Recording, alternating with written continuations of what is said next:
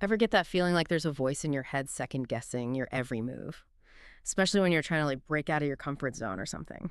Ooh, tell me about it. Right. Well, today's deep dive is all about understanding that voice, not shutting it up, but actually making it work for us. Interesting. Yeah, we're diving into this episode of the Matters podcast by John Usher. He's a trainer and coach from South Africa. He's got this whole interesting take on what he calls mind matter, Oh, okay. and it's really going to resonate, I think. So by the end of this deep dive, hopefully you'll have a whole new perspective on that voice in your head and some practical ways to like kind of harness its power, you know? Let's talk. All right, so John, he starts with this idea of mind matter, which he describes as this built-in affirmation system that's kind of constantly running in the background of our thoughts. Like, you know that voice. It's always there. Sometimes it's good, sometimes it's bad. It's true, for better or worse, right? Exactly. Yeah, and the thing is, like, most of us, we try to shut that voice up, Yeah. But John's saying, no, it's about understanding it. Hmm. He says this mind matter, it's totally connected to our identities, like who we believe we are in the world. Interesting. It's like, think of it like a garden, okay? Okay. So you plant tomatoes, because who doesn't love a good salsa, right? Right. But then an oak tree sprouts up too. From an acorn that was buried there, who knows how long ago. Our beliefs are kind of like that, A mix of things. Yeah.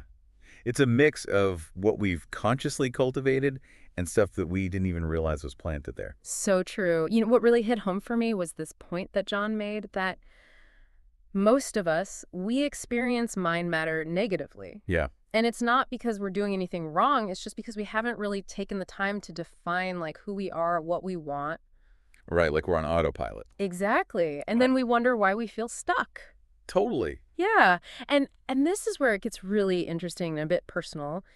John shares this story about how his own untended mind matter, it actually sabotaged a relationship when he was younger. Wow. Okay, so this is like a perfect example of how our unaddressed negative beliefs, those stories we keep telling ourselves, they don't just stay in our heads. No, they don't. They really impact our experiences, our relationships, everything. Like it all comes down to that internal narrative, that mind matter shaping our beliefs and our actions. It's true. Yeah. It's like it becomes a self-fulfilling prophecy in a way. Exactly. But like, what if we could flip the script on that, What if instead of being controlled by this mind matter, we could actually like cultivate it, like consciously shape it? That's exactly it. That's what's so empowering about this whole thing. He's saying we actually have way more power than we realize. I like that. Yeah, and he actually gives us, he doesn't just leave us hanging with this idea. He gives us a really practical technique.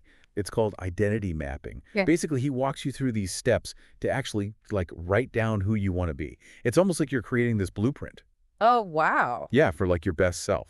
Okay. I'm definitely going to have to check that out. Yeah, it's really cool. But, okay, before we get ahead of ourselves, you were talking earlier about how John uses this really powerful analogy to explain how this mind matter stuff actually works. Oh, yeah, absolutely. He compares our identity to a seed. Okay. Right? So, you plant an acorn, it's not going to magically turn into a rose bush. Right. It's going to become an oak tree, right? Because it's nature. That's what it's hardwired to do. So you're saying, our identity, that seed, it determines what we ultimately grow into. Exactly. He calls it the inevitability of identity. Oh, I like that. Yeah. And this is where it gets really interesting, I think, for all of us who want to make positive changes in our lives, right? Because if we're not happy with the fruit that our lives are bearing, so to speak, we can actually look at the seed, like our core identity, and start to make some conscious shifts there. Wow, I've never thought about it like that. Yeah. So it's not just about positive thinking, it's about really aligning our deep-seated beliefs with the life that we want to create. Precisely. And when you actually start to live in alignment with that true seed, Yeah. the things that used to feel like a struggle, they just start to flow more naturally. It's like, imagine trying to force a tomato plant to grow apples. It's not going to work. Right. But if you give that plant the right soil, the right conditions, it's naturally going to bear fruit. Right? Oh, I love that analogy. It's Yeah. like we stop swimming against the current and we're just riding the wave of our own potential. Exactly. And that's the power of understanding this whole mind matter thing. It's not about silencing that inner voice. Right. It's about getting to know it, maybe even like befriending it, Yeah. and ultimately like we're guiding it to help us create the life that we really want. Yeah, it makes you think about all those times where, we've held ourselves back, or maybe even times where we've surprised ourselves by achieving something that we didn't even think was possible. Totally. It all comes down to that internal narrative, that mind matter shaping our beliefs and our actions. It's true. So we've been talking about mind matter, this idea from John Usher, Right. about how it can shape our reality. Yeah. And it really makes you think, doesn't it, about how often we let those inner voices hold us back. It's so true. Like before we even start something new, Yeah. we already have the doubt. Exactly. Yes. And John's work, it really drives home this point that we don't have to be victims to that, No, it's empowering. It's like we actually have the power to choose Exactly. the thoughts and beliefs that we focus on. It's like we're planting the seeds, right? Like we were talking about. Exactly. And those seeds become our reality. It's powerful stuff.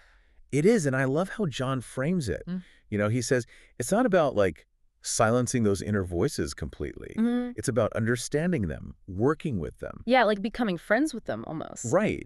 Like instead of trying to fight them, we can learn to guide them, Totally. Like, hey, inner voice, I hear you, but we're going to focus on this positive thought instead. Exactly. And when we do that, that's when we start to see real change happen. It's like magic, but it's not magic. It's just us. It's true. So as we wrap up this deep dive into mind matter, here's a final thought for you to consider. Okay. Think about one area in your life where you'd like to see some positive change. Okay. Maybe it's your career, your relationships, your health. Mm. Whatever it is, ask yourself, what's one belief that I can start cultivating today that will help me move towards that goal? I like that. Because when we shift our focus from what we don't want to what we do want, Yeah, that's when we start to align ourselves with our truest potential. totally. And for anyone listening who's ready to dive even deeper into John Usher's work, Yeah. be sure to check out our show notes for a link to his website. Awesome. And that wraps up another deep dive. Thanks for joining us as always. Thanks for having me. This was fun. And until next time, keep exploring, keep growing, and keep those amazing conversations going.